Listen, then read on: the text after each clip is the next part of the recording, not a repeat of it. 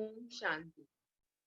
कल हमने बड़े अच्छे से समझा कि हमेशा दो ट्रांजैक्शन चलते हैं, एक धन का ट्रांजैक्शन और दूसरा दुआओं वाला ट्रांजैक्शन।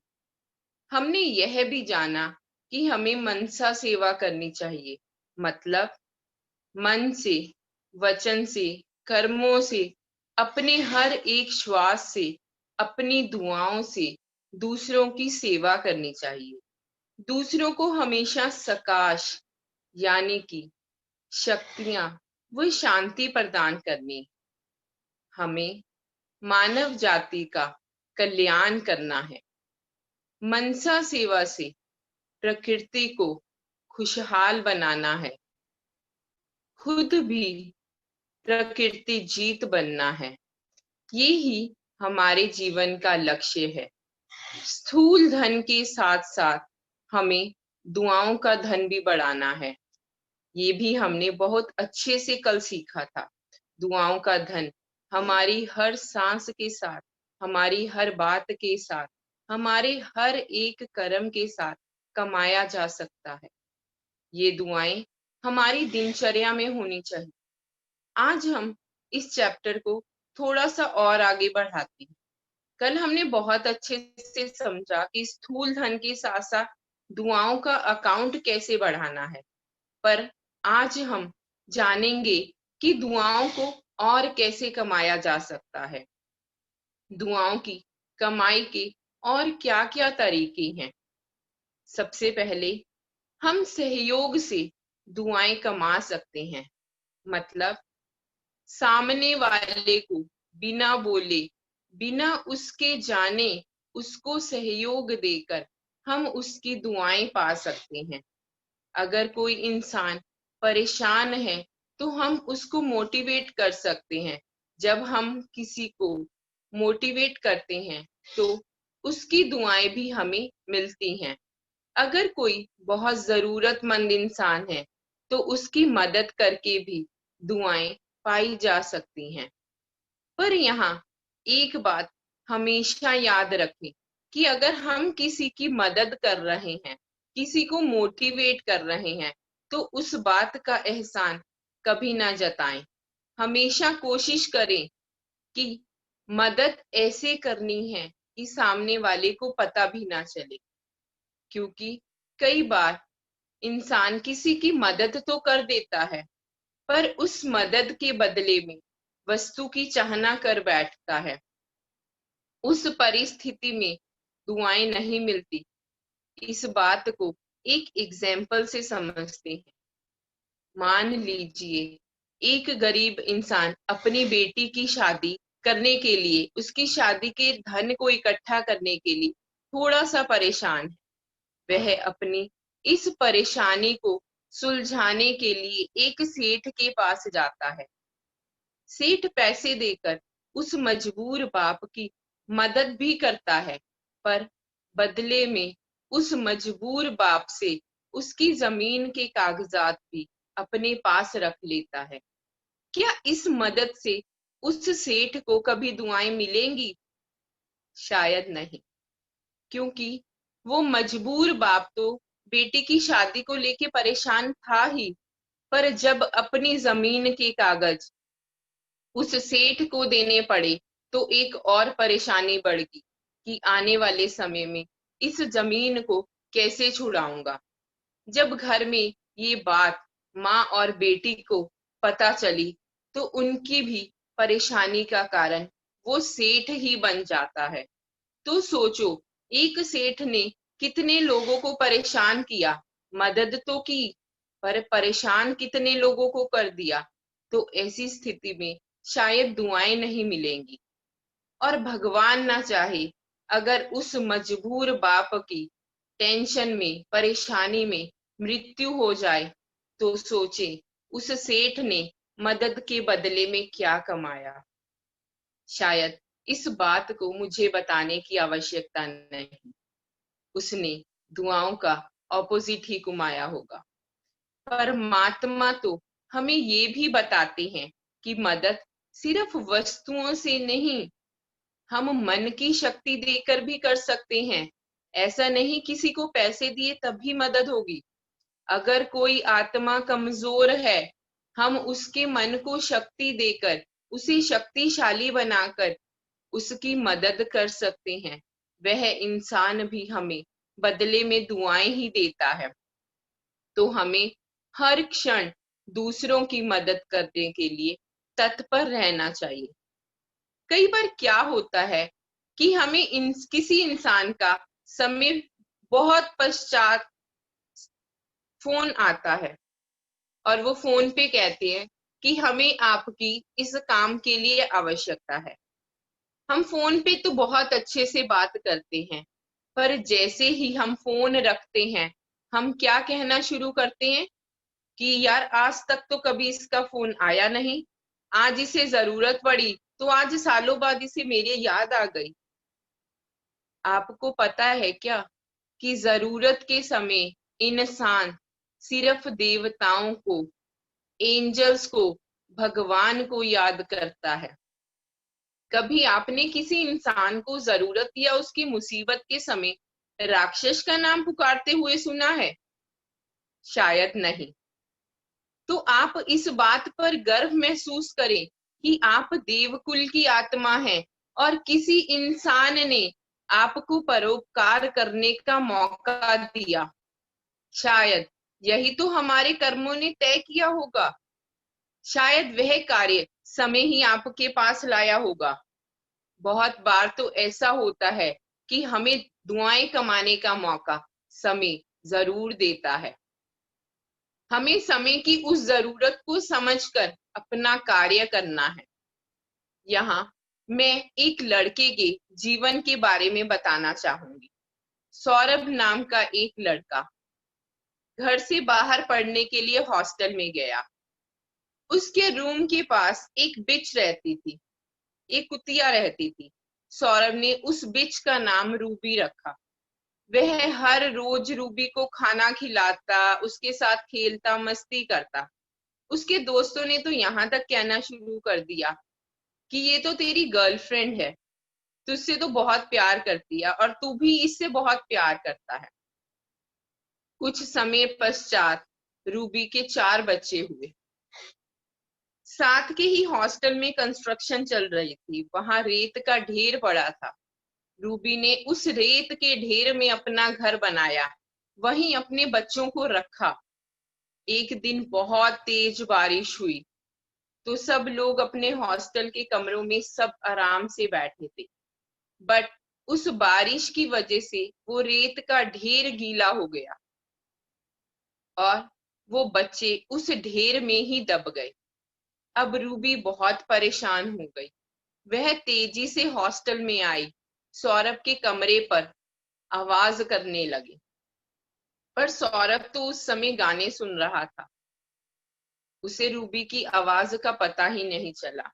पर उसके दोस्त ने मजाक मजाक में ही कह दिया, तेरी गर्लफ्रेंड बाहर तुझसे मिलने के लिए परेशान हो रही है, जा पहले उससे मिला, गाने बाद में सुन लेना। सौरभ ने दरवाजा खोला।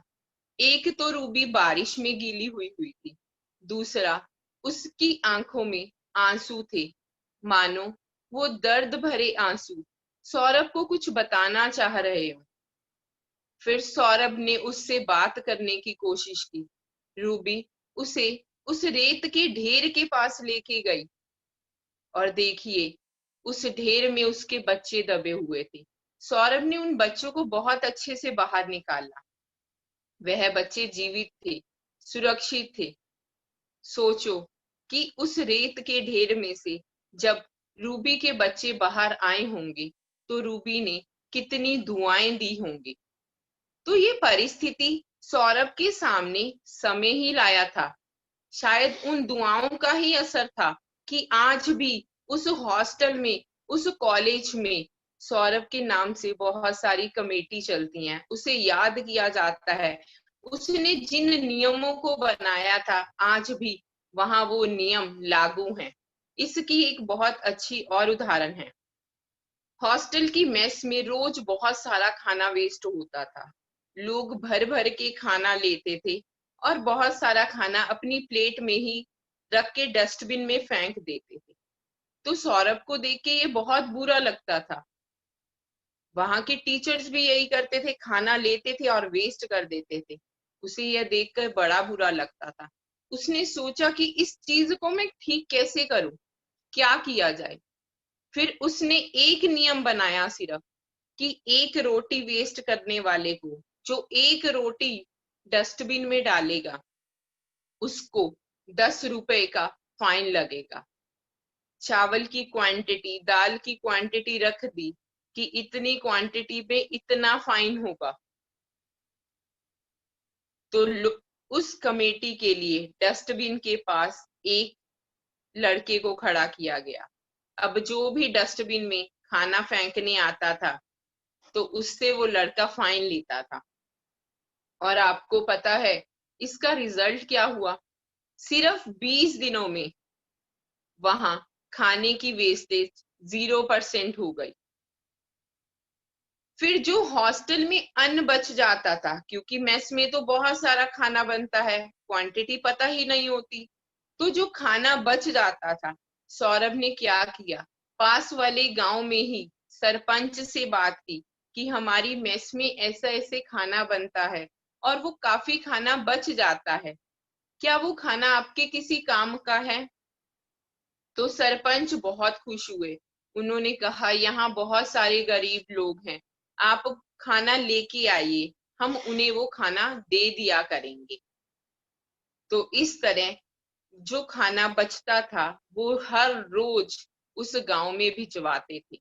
सिर्फ खाना ही नहीं, उस कमेटी के मेंबर्स ने अपने व्यस्त जीवन शैली में हर शनिवार और रविवार का टाइम निकाला। एक और अच्छा कार्य किया कि वहां उस गांव के बच्चों को वो पढ़ाने जाते थे। इस तरह एक युवक ने अन्न को बचाकर प्रकृति की सेवा की, गांव में अनाज देकर गरीबों की सेवा की, बच्चों को पढ़ाकर उन सभी आत्माओं की सेवा की। सोचो, इंसान ने, सिर्फ एक इंसान ने एक अच्छा कर्म किया, उस एक अच्छे कर्म ने कितनों के कर्मों को अच्छा कर दिया। कर्म तो एक इंसान ने अच्छा करने की सोची थी, उस एक अच्छे कर्म ने कितनों के कर्मों को अच्छा कर दिया। आपको पता है उस एक इंसान को सबके अच्छे कर्मों की भी दुआएं मिलेंगी, सबके अच्छे कर्मों का भी फल उसे मिलेगा। सौरभ ने कितनी दुआएं कमाई होंगी, उन दुआओं का असर ही है जो आज हम सौरभ भैया को देखते हैं, जो उनके जीवन में चेंज आता है, आया है, वो सब हमारे सामने है। वो सौरभ कोई और नहीं, हमारे सौरभ भैया ही हैं। मतलब वो शुरू से ही प्रकृति की सेवा करते थे, शुरू से ही मन में भावना थी कि अनाज वेस्ट नहीं करना, गरीबों की मदद करनी है। शायद परमात्मा ने इसीलिए इतना बड़ा कार्य उन्हें सौंपा है। इससे हमें यह पता चलता है कि हम प्रकृति से भी कैसे दुआएं ले सकते हैं।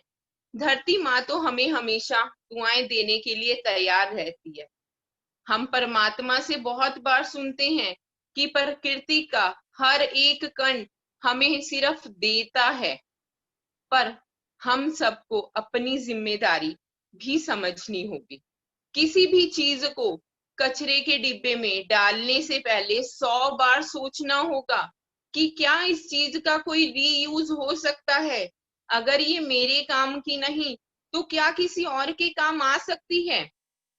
अगर वो वस्तु रीयूज हो सकती है तो उसे कचरे के डिब्बे में ना डालें, क्योंकि आपको पता नहीं एक चीज की प्रोडक्शन में प्रकृति के कितने तत्वों का यूज किया जाता है, प्रकृति को कितना नुकसान पहुंचता है।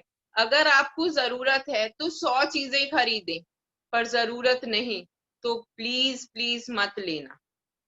हर एक चीज के रीयूज के बारे में सोचना। तो धरती माँ भी हमें खूब दुआएं देंगी। सिर्फ धरती माँ ही नहीं बल्कि पांचों तत्व दुआएं देंगे। जल भी, अग्नि भी, प्रकृति भी। जल को वेस्ट करने से पहले 100 बार सोचें, क्या इसका कहीं यूज हो सकता है। क्या एसी में से जो जल गिर रहा है उसके नीचे में बाल्टी रख के उसको यूज कर सकती हूँ या नहीं? क्या वो पौधों में डल सकता है या मेरी सफाई के काम आ सकता है? उस जल के एक एक बूंद को वेस्ट करने से पहले 100 बार सोचें। हमें हमेशा वही मिलता है जो हम किसी को देते हैं, मगर इसका मतलब अगर हम किसी को सुख देंगे, शांति देंगे, तो दुआओं के रूप में हमें भी सुख शांति ही मिलेगी। जब हम कहते हैं कि आज तो बहुत खुश हैं, ना चाहते हुए भी हमारा ये काम हो गया, तो वो दुआओं का ही असर होता है जो हमने ना चाहते हुए अनजाने में कमाई होती हैं। अगर हम जल को बचाते हैं तो जल देवता भी हमें दुआएं देते हैं, और अनजाने में हम ना जाने कितनी दुआएं ग्रहण कर लेते हैं।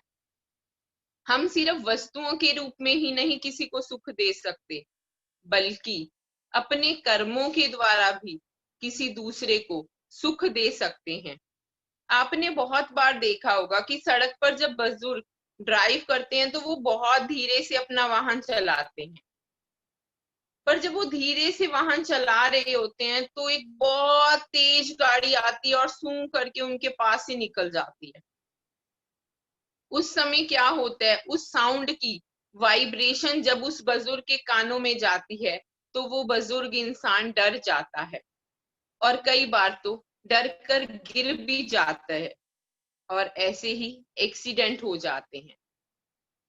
तो उस समय शायद कोई दुआ तो मन से नहीं निकलेगी। जो इंसान सू करके निकल गया, उस बुजुर्ग इंसान को डिसबैलेंस करके निकल गया, तो उस समय उस बुजुर्ग इंसान के मन से कोई दुआ नहीं निकलेगी। अगर हम सड़क पे जाते हुए ध्यान रखें कि आगे कोई बुजुर्ग तो नहीं जा रहे, अपनी गाड़ी और बाइक को सिर्फ 1 सेकंड के लिए धीरे कर लें। ऐसा करने से हम बहुत दुआएं कमा लेंगे। कई बार हम सड़क के किनारे पे देखते हैं कि कुछ बुजुर्ग खड़े होते हैं सड़क पार करने के लिए, बट हर एक गाड़ी वाले को जाने की बहुत जल्दी रहती है, कोई उनकी मदद करने के लिए खड़ा भी नहीं होता। तो उस पल एक क्षण के लिए रुक जाएं, एक क्षण के लिए रुककर उन्हें सड़क पार करा दें।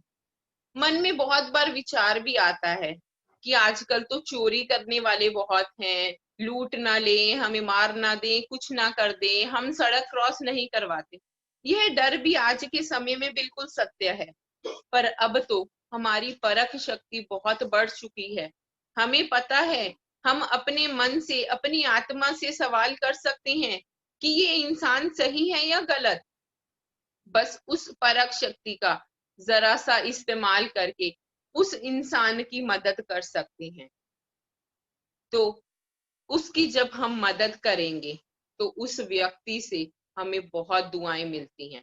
ट्रेन में जाते समय, बस में जाते समय हमेशा ध्यान रखें कि हमसे बड़ी आयु वाला कोई इंसान खड़ा तो नहीं है, कोई ऐसा इंसान तो नहीं खड़ा, चाहे वो बच्चा ही हो, जिसको कोई दिक्कत है, जो बीमार सा लग रहा है। तो उस समय अपनी सीट से खड़े हो जाएं। मन में सिर्फ ये सोच लें कि अगर मुझे पहले ही सीट ना मिलती तो मैं खड़ा होके तो जाता। अगर मन में ये धारणा कर लेंगे तो सामने वाले को सीट देने में बिल्कुल दिक्कत नहीं आती। पर लोग तो क्या सोचते हैं, टिकट तो हमने भी खरीदी है, पैसे तो हमने भी लगाए हैं, हम तो बैठ कर जाएंगे, पहले चढ़े थे। पर मन में एक हमदर्दी की भावना जरूर रखें। टिकट तो खड़े होने वाले भी खरीदते हैं। अगर आपके आने से पहले बस फुल रहती तब भी तो आप खड़े होकर ही जाते। तो अगर उस इंसान की, उस बुजुर्ग इंसान की, उस बीमार इंसान की मदद कर दोगे तो सोचो आपको कितनी दुआएं मिलेंगी। ऐसी भावना जो हमें नेगेटिविटी मन में लाती है वो कभी भी नहीं सोचनी। ऐसी एनर्जी तो अपने मन में प्रोड्यूस करनी ही नहीं। इसको भी एक छोटी सी सच्ची कहानी से समझते हैं। जुलाई 2011 फरीदाबाद की बात है। आप सबने सिंटेक्स टैंकी के बारे में तो सुना ही होगा। तो फरीदाबाद की इंडस्ट्रियल एरिया में सिंटेक्स की टैंकी बनाने की मशीन बनाते थे एक सरदार जी। एक व्यक्ति उन सरदार जी से किसी काम के लिए मिलने गया। वो व्यक्ति हरिद्वार से फरीदाबाद गया। मिलने का समय 11 बजे था, पर सरदार जी किसी बहुत ही जरूरी मीटिंग में फंस चुके थे। 1 बज गया, सरदार जी तो नहीं आए, पर सरदार जी का फोन आया और उन्होंने क्षमा मांगी कि मैं कहीं बहुत ज्यादा बिजी हूँ, आप प्लीज वेट कर ले, मैं थोड़ी देर में आ रहा हूँ, फिर आपसे मिलता हूँ। उस इंसान ने भी बड़े अच्छे शब्दों में कहा कि कोई बात नहीं, मैं आपका इंतजार करूंगा। उस व्यक्ति ने सोचा अब 1 बज गया है, लंच का टाइम भी हो रहा है, भूख भी लग रही है, क्यों ना जब तक सरदार जी नहीं आ रहे बाहर जाके कुछ खाऊं। तो व्यक्ति वहां से बाहर निकला, थोड़ा सा आगे जाकर एक रेस्टोरेंट में गया, एक ढाबे पे गया। जब वह व्यक्ति उस वहां पर खाना खाने गया तो एक बुजुर्ग अंकल आंटी थे। उन्होंने खाने के लिए कुछ मांगा। तो उस व्यक्ति ने बड़े ही प्यार से कहा कि अंकल जी, आंटी जी, आपको जो भी खाना है आप खा लीजिए, आप पहले आराम से बैठिए, आपको जो चाहिए मैं ला कर देता हूँ। तभी उस दुकान के मालिक ने उस इंसान से बोला कि आप इनके नाटक पर मत जाइए, ये कल भी यहीं पर थे, जो भी आता है उससे खाने की मांग कर रहे हैं और ऐसे ही खाना खा रहे हैं, तो आप इनकी बातों पर ध्यान मत दें। आपको पता है, उस व्यक्ति ने बड़े ही प्यार से कहा कि आप इनको खाना दे दें, मैं आपको पैसे दे दूंगा। उन दोनों ने पेट भर खाना खाया, मीठा भी खाया और वहां से निकल पड़े। पर जिस व्यक्ति ने उन्हें खाना खिलाया था, उसके मन में खिंचाव सा हो रहा था कि क्यों ना जाके उनसे मिलूं, उनकी थोड़ी सी और मदद कर दूं। वह व्यक्ति बाहर गया तो वो दोनों अंकल आंटी एक पेड़ के नीचे बैठे थे। उस व्यक्ति ने अपना पर्स खोला, पर्स में उस समय 1200 रुपए थे। उसने सोचा कि मुझे तो सिर्फ 300 रुपए की जरूरत है, तो 300 रुपए अपने पर्स में रखकर 900 रुपए उन्हें देने चाहे। तो आपको पता है उन अंकल आंटी ने क्या कहा कि हम भिखारी नहीं हैं बेटा, आपने हमें खाना खिलाया, हमने पेट भर खाना खाया, हमारे लिए यही बहुत है। तो उस व्यक्ति ने भी बहुत ही अच्छे शब्दों में कहा कि मैं आपको भिखारी समझकर नहीं दे रहा और ना ही मैं आपकी मदद कर रहा हूँ। आपकी जगह अगर मेरे खुद के दादा दादी भी होते तो मैं उन्हें भी ऐसे ही देता। उसने उनको 45 मिनट तक कन्विंस किया कि आप पैसे ले लीजिए, पैसे ले लीजिए। फिर उस व्यक्ति से रहा नहीं गया, उसने उनसे बात की, उनसे पूछ ही लिया कि आप कौन हो। तो उन्होंने बताया कि हम यहीं फरीदाबाद के पास एक गांव है, हम वहां रहते थे। जो अंकल जी हैं वो वहां किसान थे, उनके पास बहुत जमीन थी। उनके बेटे ने लव मैरिज कर ली थी। बेटा गुड़गांव में नौकरी करता था, बहू भी वही नौकरी करती थी, पर वो हर रोज फरीदाबाद अप एंड डाउन करते थे, वहीं से आते थे, वहीं से नौकरी जाते थे, क्योंकि उन्हें वो गुड़गांव बहुत महंगा था। एक दिन बेटे और बहू ने बड़े प्यार से कहा कि पिताजी, रोज आने जाने में बड़ी दिक्कत हो रही है, क्या आप हमें गुड़गांव में एक घर दिला देंगे। तो पिताजी ने कहा कि बेटा, मेरे पास तो पैसे नहीं हैं, मेरे पास तो सिर्फ ये जमीन है। तो अंकल ने उस समय उन बच्चों के लिए वो जमीन 2 करोड़ 30 लाख में बेच दी, उनको घर भी दिलाया, बेटे और बहू को अलग अलग 2 गाड़ियां भी दिलाई, और जो पैसे बचे उन पैसों से पोती के नाम पर एफडी करवा दी। फिर वो सब लोग नए घर में शिफ्ट हो गए। और आपको पता है, शिफ्ट होने के सिर्फ 7 दिन बाद बेटे और बहू ने उनका बैग घर से बाहर फेंका और उन्हें धक्के मार कर घर से निकाला। यह कहानी सुनकर उस व्यक्ति को बहुत ही बुरा लगा। इतने में सरदार जी का फोन आ गया कि हाँ जी बेटा जी, तुसी कित्थे हो, मैं तो फ्री हो गया, तुसी आ जाओ। वह व्यक्ति उन सरदार जी से मिलने चला गया, पर जब वह उनसे मिलने गया तो उस व्यक्ति के चेहरे पे परेशानी थी। तो सरदार जी ने बड़े प्यार से पूछा, पुत्र जी की हो गया, तुसी बड़े परेशान दिख रहे हो। तो उस व्यक्ति ने बड़े ही प्यार से सारी कहानी बताई। तो फटाफट सरदार जी ने गाड़ी निकाली और उस व्यक्ति को अपनी गाड़ी में बिठाया और उन अंकल आंटी जी के पास चलने के लिए बोला। वो लोग वहां से निकले, वहां पेड़ के नीचे देखा नहीं थे, तो थोड़ी आगे निकल गए और देखा कि वो अंकल आंटी पैदल पैदल चल रहे हैं। सरदार जी ने उनके पास गाड़ी रोकी और उन्हें गाड़ी में बैठने के लिए कहा। अब वो थोड़ा सा परेशान हो गए कि कोई भी आके ऐसे गाड़ी रोक रहा है, इसने हमें गाड़ी में बैठने के लिए क्यों कहा। और इतने में ही वो व्यक्ति गाड़ी से बाहर निकला और उन्होंने कहा, अंकल जी आंटी जी आप परेशान मत होइए, मैं साथ ही हूँ, आप गाड़ी में बैठिए और हमारे साथ चलिए।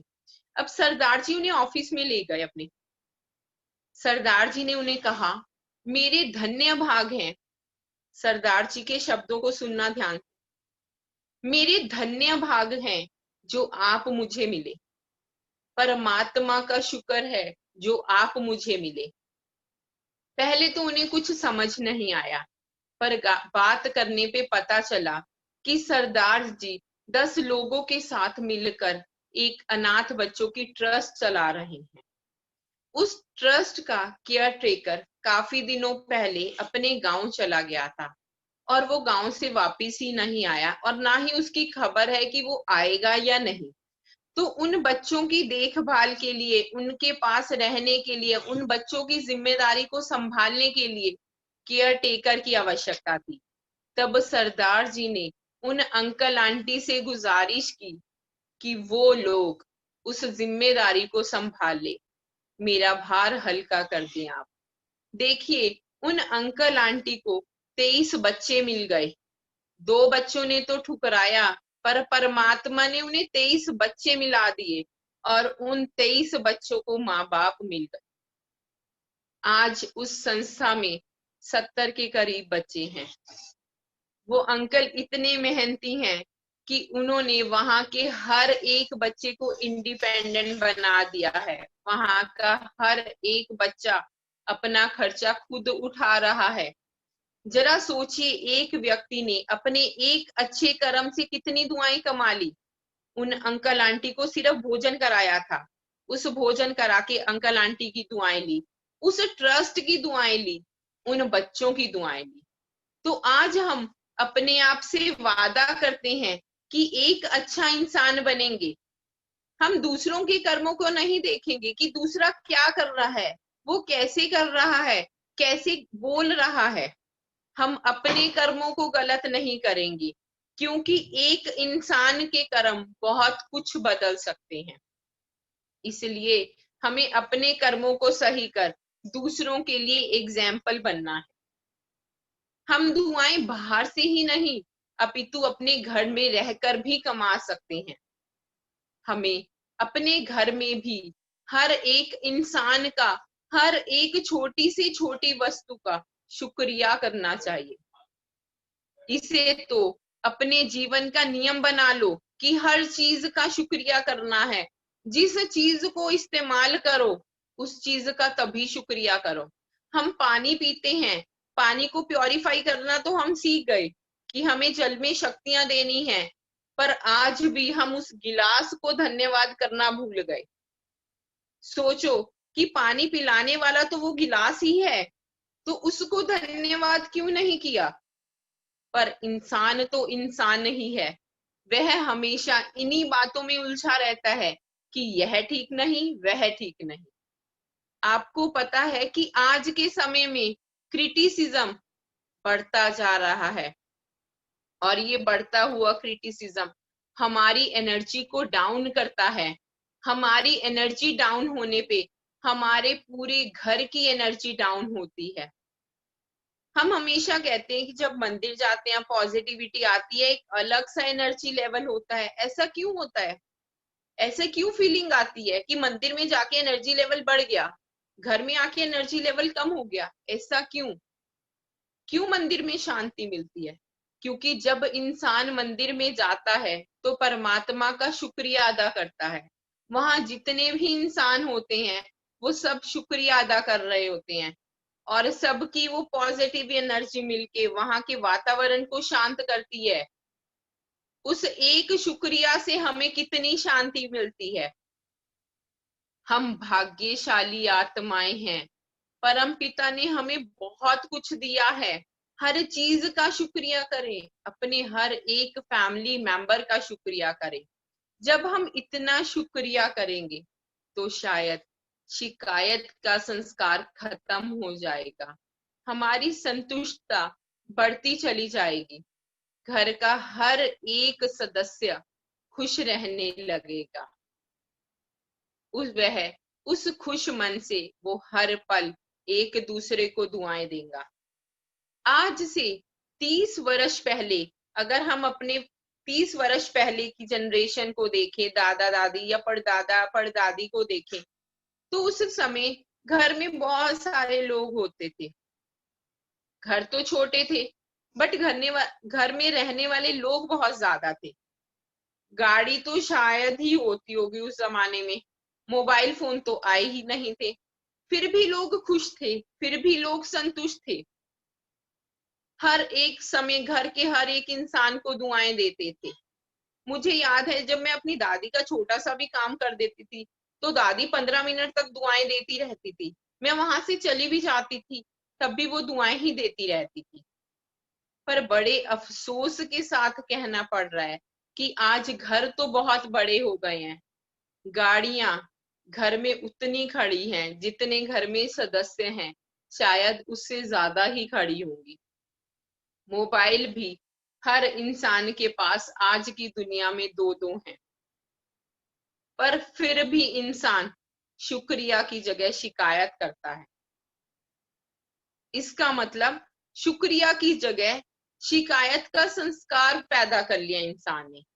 बस इंसान यही सोचता रहता है कि मेरे पास तो ये नहीं है, मेरे पास वो नहीं है, सामने वाले के पास तो इतना सारा है। सौरभ भैया ने एक बार एग्जाम्पल भी बताई थी कि जब हमें अपनी गाड़ी छोटी कब लगती है, जब हम सामने वाले की बड़ी गाड़ी देखते हैं। तो इट मीन्स हम कौन से संस्कार जनरेट कर रहे हैं? हम वो शिकायत वाला संस्कार जनरेट कर रहे हैं। उस शिकायत के संस्कार से मन में कभी खुशी नहीं आती, कभी भी दुआ नहीं निकलती। तो सबसे पहले इस कमी शब्द को हटाना होगा कि हमारे पास यह नहीं है, हमारे पास वह नहीं है। जब हम इस कमी शब्द को हटा लेंगे ना, तो देखना जीवन ही बदल जाएगा। आपने बहुत बार देखा होगा कि हम गुरुद्वारे में जाते हैं तो गुरुद्वारे में कभी भी हमें प्रसाद बनता, कहाँ बनता है, कैसे बनता है, नहीं दिखता। सिर्फ वहां प्रसाद मिलता है। गुरुद्वारे की बात करें या मंदिर की, वो क्यों नहीं दिखाते? ताकि उस समय उस प्रसाद को देखकर कोई एक इंसान आके ये थॉट ना जनरेट कर दे कि प्रसाद कम तो नहीं रह जाएगा। अब तो आने वालों की संख्या बढ़ती जा रही है, गुरुद्वारों में श्रद्धालु बढ़ते जा रहे हैं, यह प्रसाद कम तो नहीं रह जाएगा। उस एक थॉट से ही कमी आती है, वस्तुओं से कभी कमी नहीं आती। अगर हम ये सोचें कि भरपूर है तो वो हमेशा भरपूर ही रहता है, वस्तुओं की ही कमी नहीं। आजकल तो इंसान हमेशा यह भी बोलता है कि मेरे पास तो टाइम नहीं है। किसी को कोई काम करने के लिए दे दो, टाइम नहीं है। दादा दादी घर में बच्चों को कह दे बेटा मेरा ये काम कर दे, दादी आप तो काम देते रहते हो, आपको पता नहीं है मुझे कितना होमवर्क करना है, मुझे डांस क्लास भी जाना है। बच्चा बोलने में तो 5 मिनट वेस्ट कर देगा, पर दादा दादी का 1 मिनट 30 सेकंड का काम नहीं करेगा। वो हमेशा यही कहते हैं कि टाइम नहीं है। हम लोग भी यही कहते हैं, ऑफिस जाना है, टाइम नहीं है। भैया मैं तो बहुत बार कह देती थी भैया मैं स्कूल क्लास नहीं आ सकती सौरभ भैया, आज आज मुझे स्कूल की प्रेजेंटेशन रेडी करनी है, मेरे पास टाइम नहीं है। शाम को फोन कर दिया भैया टाइम नहीं है, मुझे मार्केट जाना है।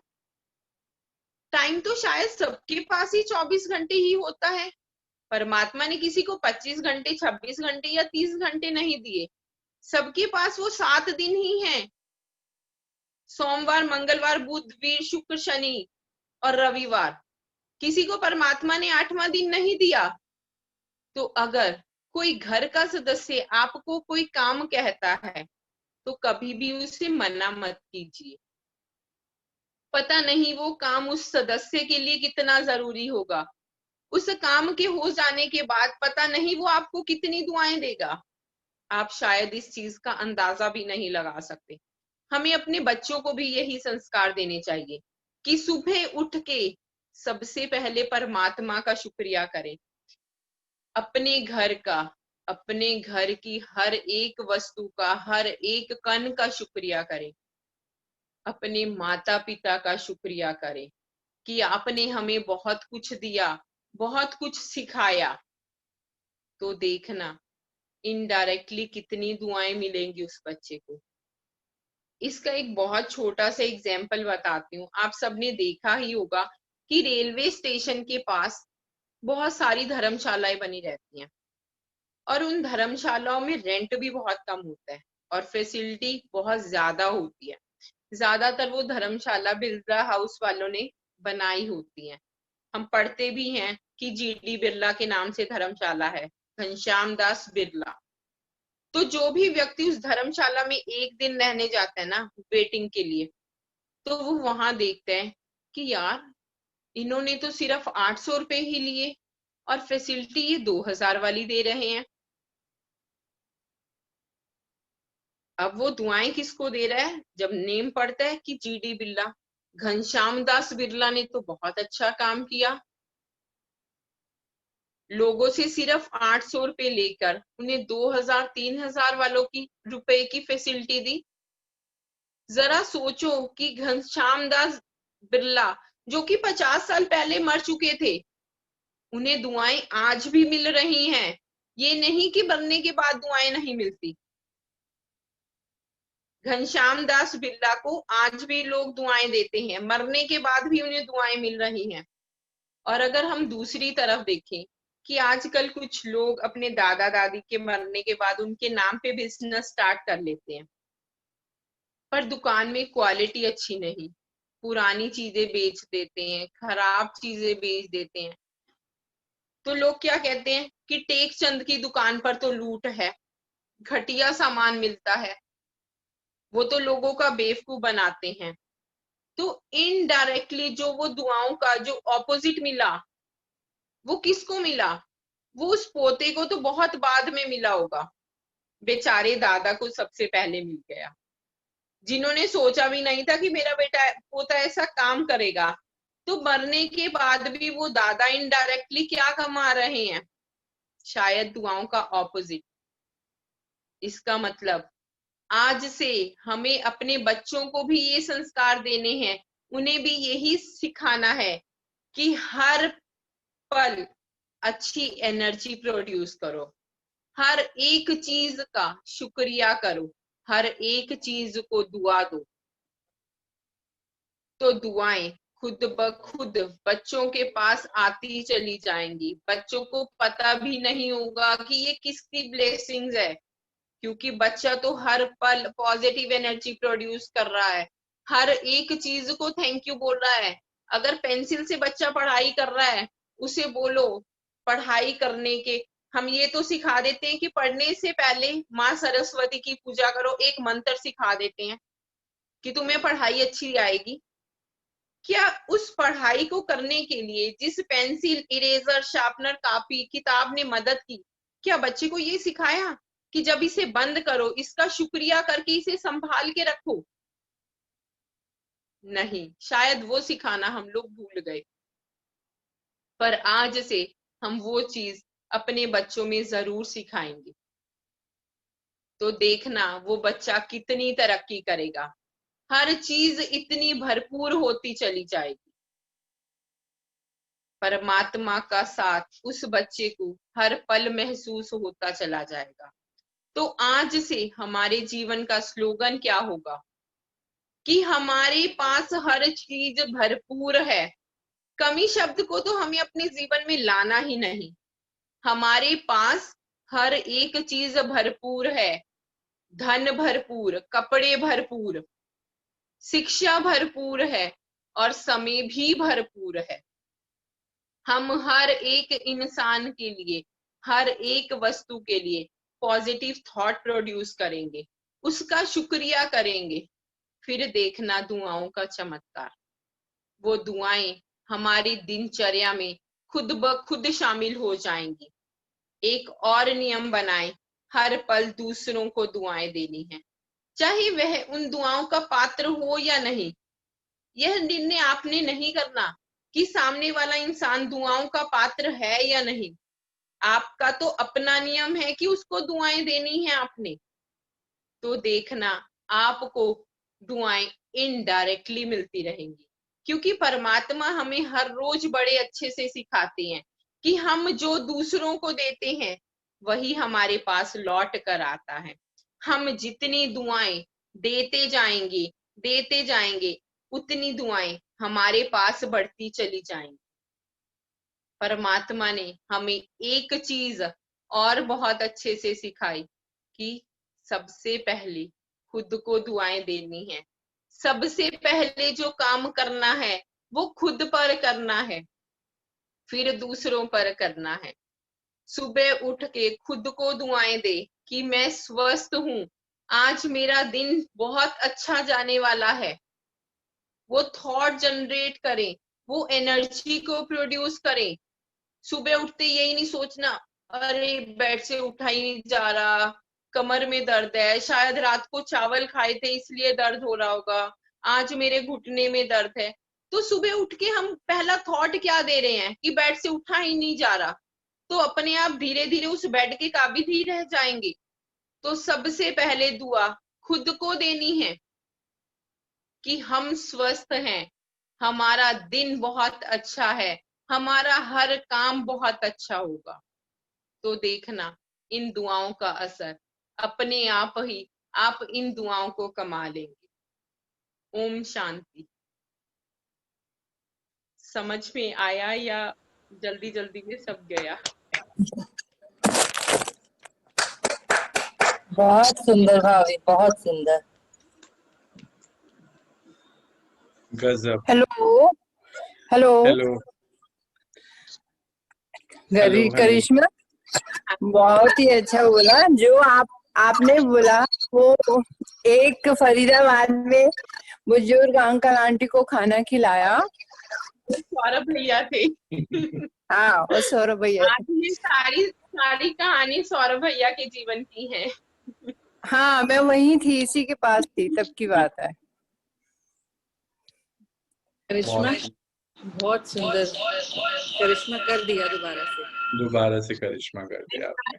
परमात्मा ने बोला है जो भी बोला है, आज मैं बोलो बहुत अच्छा। सबकी लाइफ से जुड़ रहा था। कुछ बातें सुन के लग रहा था शायद पहले पता होता तो हमारा जीवन भी कुछ और होता आज। सही में बहुत अच्छे से बताया आपने। दादा आपका माइक्रोफोन ऑन है, आप कुछ बोलने का प्रयास कर रहे हैं। ऑफ है, सॉरी, ऑन कर लीजिए। करिश्मा जी हेलो। हेलो। हाँ जी जी, बहुत अच्छा बोला आपने, बहुत अच्छा वाकई। करिश्मा ने करिश्मा कर करिश्मा कर दिया। हाँ, बिल्कुल बिल्कुल। बहुत बढ़िया। 1 मिनट को भी पलक झपकने का दिल नहीं किया। हाँ बिल्कुल बिल्कुल, बहुत 100%। रितेश भैया कुछ कहना चाहते हैं? नमस्कार साहब। नमस्कार भैया। सभी को ओम शांति। ओम ओम शांति। शांति। सभी लोग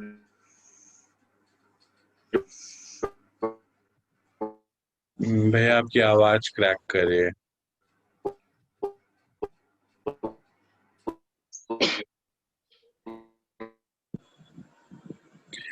रितेश भैया आपकी आवाज ठीक नहीं आ रही है।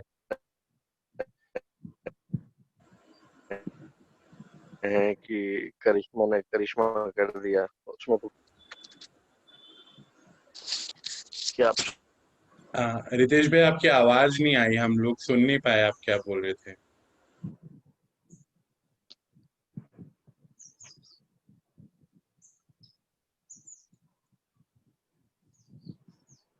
एक बार आप रीज्वाइन करें हमें दोबारा से। जी जी हेलो भैया। जी भाभी। भैया करिश्मा को बहुत बहुत आशीर्वाद, उसने और एक कदम आज हमें ऊपर एक सीढ़ी चढ़ा दिया। सही में पता है, बहुत बहुत हमारी बहुत सब। बहुत आशीर्वाद करिश्मा को। और इतनी इतनी बिल्कुल बारीकी बातें बताई आज उन्होंने, छोटी छोटी बातें जो हम लोग सभी अपना सकते हैं। हाँ, कितनी इजीली हम लोग अपना सकते हैं, लेकिन समझते नहीं थे भैया। आज कितनी पता सुंदर ही से नहीं। करिश्मा ने बताया। बहुत बहुत बधाई भाभी आपको, और बहुत थैंक यू भी। बहुत बधाई। ओम शांति भैया। ओम शांति दीदी, तबीयत कैसी है आपकी? पहले से ठीक है भैया, वेरी पहले से ठीक है। और बेटा सच कैसा में है? सारे, हाँ बेटा भी ठीक है भैया। सच में सारी बातें बिल्कुल हृदय को छू के निकल गई भैया। बिल्कुल ना इतना अच्छा से बताया ना। करिश्मा दीदी थैंक यू। हम हमारे आसपास नहीं भैया नहीं, इतनी चीजें होती रहती, हम लोग मतलब ध्यान नहीं देते उस पे, ध्यान नहीं देते हैं, राइट। बिल्कुल लेकिन आज इतने अच्छे तरीके से बताया है दीदी ने ना। बिल्कुल बिल्कुल हृदय को छू गई एकदम। और आंखें भैया खुल गए एक हम लोग। गर्व की बात ये भी है भैया ना कि हम लोग सभी लोग मतलब इतने अच्छे चीजों से जुड़े हैं भैया कि अब हमें लगता है कि मतलब हम कहाँ पे हैं। कितनी अच्छी अच्छी बातें हमको सुनने को मिलती है। हमको बिल्कुल मतलब जी करता है कि हाँ इस चीज को हमको धारण करना है। हाँ बिल्कुल।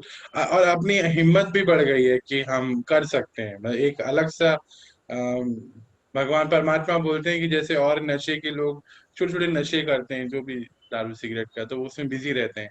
हम लोगों को देखो कितना नशा है परमात्मा के प्यार का, कि हाँ हम कर सकते हैं। ये हिम्मत का नशा और ये हम प्यार का नशा हमारे बड़े बड़ा। बुजुर्ग भी बताते थे भैया कि ऐसे करना है ऐसे करना है, लेकिन हम उस चीज को सीरियसली नहीं लेते थे। लेकिन आज मतलब पता चल रहा है कि वो छोटी छोटी बातें कितनी गहराई तक जाती थी, कितनी लोगों की दुआएं हमारे हर चीज में शामिल हो जाती थी।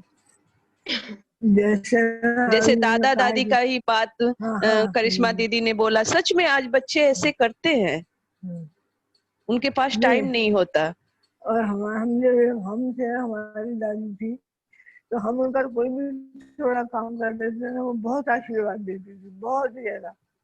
तो वो बात एकदम ध्यान आ गई अब कि वाकई ये सब चीजें जो है ना बड़े मतलब की हैं। सच में ये सभी चीजें बहुत इम्पोर्टेंस रखती है, ये हमें बहुत पता चला। ज्यादा। बिल्कुल। रितेश भैया ने हमें ज्वाइन कर लिया दोबारा। भैया प्लीज बोलिए। जी नमस्कार। मैं कह रहा था सभी को, सबसे पहले तो ओम शांति। ओम शांति भैया। कमाई दुआओं की। मतलब करिश्मा का करिश्मा था ये तो। ये सभी सच लोग में सभी लोग सही बोल रहे हैं। करिश्मा भाभी ने जो जिस तरीके से आज ब्रीफ किया, और जो एक छोटे से लड़के के बारे में हमें जानकारी दी, वो तो जबरदस्त थी। हमें जानकारी नहीं थी और उसको इन्होंने साझा किया। आज हमें और ज्यादा जानकारी हुई आपके बारे में। ये भी बात बहुत जबरदस्त थी। और धारा प्रवाह बिल्कुल, मतलब बिना रुके, कहीं पे भी बिना रुके, जो आज सेकंड सेशन इन्होंने लिया है, पार्ट 2 लिया है, तो वो भी बहुत जबरदस्त था। सच में बहुत बढ़िया। थैंक यू भाभी। भैया थैंक यू परमात्मा को बोलिए। अब साहब उस लेवल तक अभी तक जाना हो नहीं पा रहा, इसलिए आप ही को बोलूंगा। नहीं भैया, आप भी चले जाएंगे। हमें ये सोचना ही नहीं है कि टाइम नहीं है या हम कर नहीं पाएंगे, ऐसा नहीं सोचना। जो सभी लोग एक दिन लगेगा, आप कनेक्ट हो जाओगे। जो सभी लोग कह रहे हैं ना करिश्मा ने करिश्मा कर दिया, वो वाकई सही है। रितेश भैया आप हमें मॉर्निंग में ज्वाइन करिए। थोड़ा सा मुझे पता है कि शेड्यूल बिजी रहता है, थोड़ा सा कुछ ऑल्टरेशन करके एक बारी मॉर्निंग में आना शुरू करिए। कल 4 बजे हाँ जी, 4 बजे से मैं पूरी कोशिश करके कल 4 बजे आऊंगा। और आज तो हमने रिलेशनशिप बनानी शुरू कर दी है परमात्मा से, अब तो इसको बना के ही रखना है हम लोगों को। साहब जो पर्टिकुलरली आप ये 4 बजे का आपने जो शुरू किया है ना, ये वैसे कितने दिन का प्लान है, या हमेशा का तो है ही है, लेकिन ये अब तो भी हमेशा के लिए ही है, मतलब शुरू हो गया, ये हमेशा रहेगा सारी उम्र। 6-7 दिन हो गए इसको। हाँ 3-4-5 दिन हो गए शायद हम लोग को ना। 5वां दिन है। दूर से शुक्रिया था। 2 4 तारीख दिन हो गए भैया। 3 तारीख से ही स्टार्ट है रितेश भैया। 3 तारीख से स्टार्ट है। और जो भी पीछे छूट गया वो क्या वापस भी आएगा? हाँ, वो तो डेली न्यू मेडिटेशन है। और हाँ, और आज से तो हमने बातचीत का सिलसिला शुरू किया है। अब हार्ड ऑन हम इसी पे ही काम करने वाले हैं कि हम भगवान को सुन सके, अपने मैं आप को उस लेवल पे लेके जाएंगे कि परमात्मा को हम उनकी उनकी बातों को हम सुन सके। मैं कोशिश करूंगा कल पक्का आने की, कल से शुरू करता हूँ। बिल्कुल बिल्कुल, आप आओ। बिल्कुल भले ही शेड्यूल को थोड़ा सा ऑल्टर करने के लिए भले 1-2 दिन और लो, पर मतलब आइए, मॉर्निंग में बहुत अच्छा है भैया। बिल्कुल, कल से मैं ट्राई करता हूँ। भैया ट्राई नहीं करना, ये बोलो मैं कल से आऊंगा, तो अपने आप देखना, अपने आप आ जाओगे। कल से आ रहा हूँ। ट्राई शब्द बोलना ही नहीं, कोशिश करना या समय नहीं है, आ नहीं सकता, ये शब्द नहीं बोलने अब। आऊंगा मैं तो ये बोलो कि मैं कल पक्का आऊंगा, तो देखना अपने आप आ जाओगे। कितने भी रात को कितनी भी लेट सोना, अपने आप आ जाओगे। ठीक है, कल से मैं आ रहा हूँ, बिल्कुल आ रहा हूँ। बिल्कुल। पूजा, आप भी मॉर्निंग में हमें ज्वाइन करें। आपने 1-2 दिन तो किया था, वापस आए, ज्वाइन करें। हाँ बिल्कुल जो है ना कल से। नाना, आप भी सभी लोगों को करना है ज्वाइन मॉर्निंग। कल से हम तो देखते ही हैं, अब उधर का अभी प्रोग्राम छोड़ देंगे, पहले ज्वाइन करेंगे यहाँ पर, देखें। मुरली बाद में सुन लिया करिए। हाँ हाँ सुन लेंगे, वो तो दिन भर आते ही है, मुरली तो दिन भर चलता है। बिल्कुल। तो आज का हमारा ये चैप्टर बहुत सुंदर तरीके से भाभी ने बताया, किस किस तरीके से हम क्या क्या कर सकते हैं, हमें ये समझ आया। और पूनम दीदी कुछ कहना चाहते हैं? नहीं। चलिए, तो फिर हम एक दूसरे से विदाई लेते हैं अभी। और वैसे आज मम्मी का बर्थडे है, पर मेरी ये कैटेगरी में आता नहीं है। बर्थडे तो हमारा रोज ही होता है, मुझे ये बर्थडे वगैरह समझ में आता नहीं, पर मैं बोल देता हूँ। कौन सी मम्मी का भैया? सुमेधा आप मम्मी का आज बर्थडे है। ओ, फिर मम्मी है। Happy birthday aunty. Happy birthday aunty. Happy birthday Sumedha जी।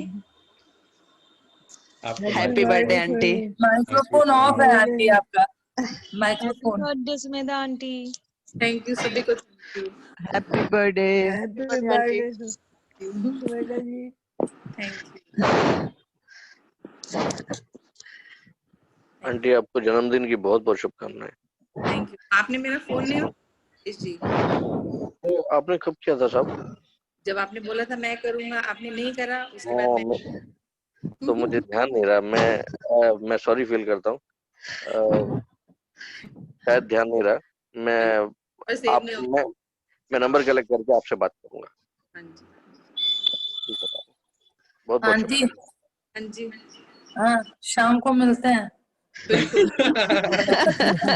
चाय टाइम पे। केक मैं लेके आऊंगी। केक केक करिश्मा केक लेके आ रही करिश्मा लेके आए। क्या दत्ता, क्या बोल रही है? हम कह रहे हैं करिश्मा केक लेके हाजिर होंगी। हाँ। चलिए, तो फिर एक दूसरे से अभी हम रिलीव लेते हैं, मिलते हैं कल, और अपनी इस पढ़ाई को, परमात्मा की इस पढ़ाई को और आगे बढ़ाते हैं, समझते हैं, सीखते हैं। क्या वो बताना चाहते हैं कल, किस तरीके से अपने बच्चों को वो अपने ही जैसा बनाना चाहते हैं, दिन पर दिन हम उनसे ही सीखते जा रहे हैं। तभी एक दूसरे से रिलीफ लेते हुए मैं आप सभी आत्माओं को मेरा बहुत बहुत बहुत प्यार, बहुत सम्मान। आपका हर दिन, हर समय, हर काल सुख, शांति और दूसरों की मदद करने में, दूसरों को प्यार देने में किस तरीके से हम किसी को सहयोग दे सकते हैं, ये सोचते हुए हमें सभी को देना है। आप सच में एक शांति में हैं, सुख में हैं और देवकुल की आत्माएं हैं। देव